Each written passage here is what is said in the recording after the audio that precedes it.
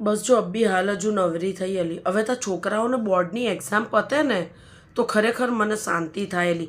અને અલી પહેલાંના જમાનામાં તો છે ને એક્ઝામો પતે ને પછી છોકરાઓ મામાને ઘેર જતા. આ તો એવી ઓલાદ પાકી છે ને જેને મામાને ઘેર રહેવાય ના મોકલાય, નહીં તો ભાભીઓ જોડે આપણા સંબંધની પત્તર ઠોકાઈ જાય. અસલ અમારા ડોસી જેવો છે, બધી વસ્તુ માગ માગ જ કરવાની. ત્યારે શું મારા ભાઈના ઘેર જાય ને તેનું 2-3 હજાર રૂપિયાનું કાટલું કાઢીને આવે અઠવાડિયામાં. મારા ભાઈ તો મને નાટ પાડે, આ ના મોકલતી. આ ટાઈપની ઓલાદ પાકી છે. કહું છું ને યાર, પૂરેપૂરા મારા સાસરીવાળા ઉપર ગયો છે. ત્યારે શું ભણતો જ નથી અલી, હું શું કરું બોલ. મને તો આ પાસ થશે ને તો મને વિશ્વાસ થઈ જશે કે આપણી શિક્ષણ વ્યવસ્થા શૂન્ય થઈ ગઈ છે. એટલો મને મારા છોકરાને નપાસ થવા ઉપર વિશ્વાસ છે બોલ. ધબ્બા મારી મારીને બેહાડીએ ને ત્યારે કલાક માંડ ટકે જ બોલ.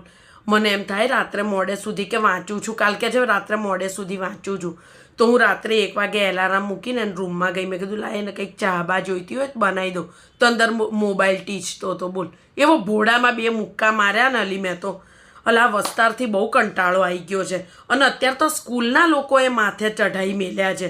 સ્કૂલમાંથી 10 તો મેસેજ આવ્યા, છોકરાઓને કોઈ જાતનું પ્રેશર નહીં આલવાનું, છોકરાઓને તમે ટેન્શન ફ્રી રાખો.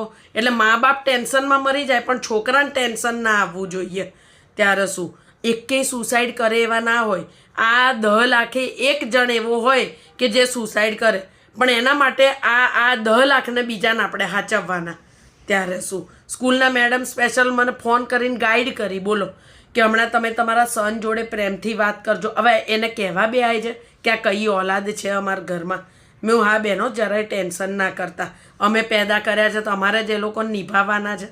સ્કૂલના લોકોએ તો એટલા માથે ચડાય લૂંચી હોય, એ તો આખો દાડો આખા વરામાં ભણાયું ના હોય. કેમ કે અડધો ટાઈમ તો ઓલી પ્રાઇવેટ સ્કૂલોમાં પેરેન્ટ્સ ડે અને વેજીટેબલ ડે ને એમાં કાઢે છે.